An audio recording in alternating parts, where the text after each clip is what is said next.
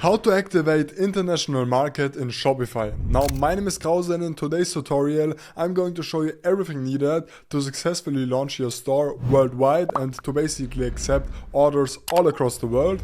Now, this is going to work for every store out there, so let's get started. Now, Shopify recently changed that basically by default you can't really sell international, so you will have to go into the settings, but no worries, it isn't going to be complicated at all. Just head over to the settings right here on the bottom left and then head over to markets. Now, right here, as you can see under inactive, we can see the international market.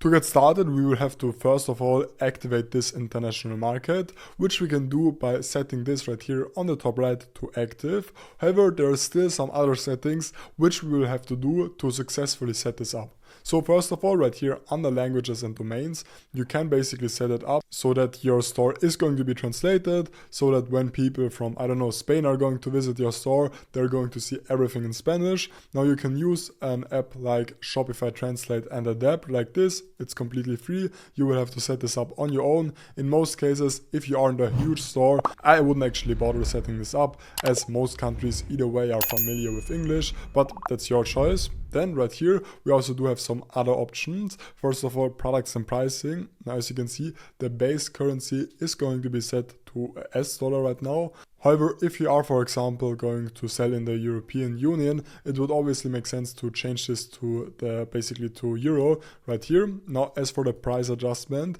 basically you can manage the base currency and you can then also adjust the prices for dependent markets. So if you, for example, want to say, okay, there are some fees involved with selling international, then you can say, okay, we are going to add a 20% price increase on all of our products. You can do so by using this option right here.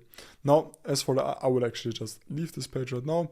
As for the duties and import taxes, as you can see right here, you can actually turn this on. So when this is turned on, this will actually collect duties and import taxes at the checkout. If you are going to enable this, you will actually need to use a carrier that supports delivery duty paid. So make sure to actually read into that if this is important to you.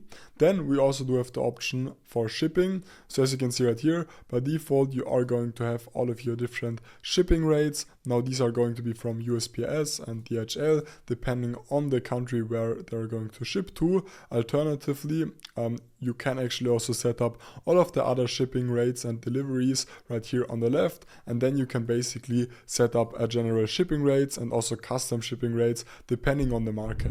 We all know that starting a successful Shopify store can be super hard. That's why I'm right now giving out my Shopify course for completely free. Now you're going to learn everything needed to actually streamline your Shopify success in that exact course, so make sure to click on the link down below to get started.